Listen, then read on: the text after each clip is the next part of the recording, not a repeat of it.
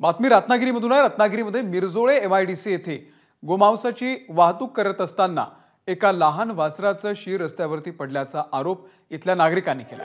या प्रकरणामध्ये आरोपीला अटक करण्याची मागणी करण्यात येते आहे। या मागणीसाठी संतप्त नागरिकांनी रत्नागिरी ग्रामीण पोलीस स्टेशनला मध्यरात्री 2 वाजता ठिय्या दिला।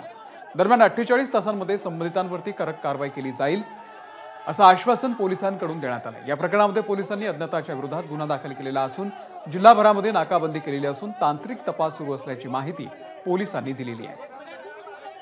अमोल मोरे आपल्याला या संदर्भातले अपडेट देतील। अमोल, साधारणपणे रात्री 9च्या दरम्यान याबाबत असे अपडेट्स मिळाले की एक शीर जे आहे लहान वासराचं ते रस्त्यावरती सापडलेलं आहे आणि त्यानंतर शहरातल्या आसपासचे काही लोक हे त्या ठिकाणी गोळा झाले आणि त्यांनी एकंदरीत आक्रमक भूमिका घेतली। काही वेळ त्यांनी त्या ठिकाणी अगदी पोलिसांना देखील जाब विचारला, आम्ही तुम्हाला काही डिटेल्स देतोय पण तुमच्याकडून कारवाई का होत नाही आणि त्या साऱ्या गोष्टी जोपर्यंत छडा लागत नाही तोपर्यंत आम्ही माघार घेणार नाही, अशा पद्धतीची भूमिका त्यावेळी घेतली गेलेली होती। आणि त्यानंतर हे तडक कार्यकर्ते जे ते रत्नागिरी ग्रामीण पोलीस स्टेशनला दाखल झाले। त्या ठिकाणी त्यांनी आंदोलनाची भूमिका घेतली। अटक करा जो कोण संबंधित आहे तोपर्यंत माघार नाही अशीच भूमिका कायम होती।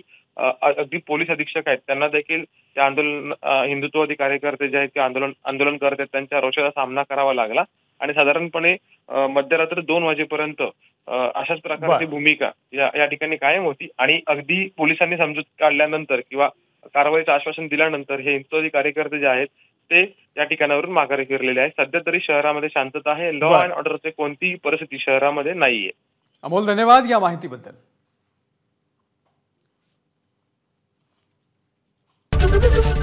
ABP माझा, उघडा डोळे बघा नीट।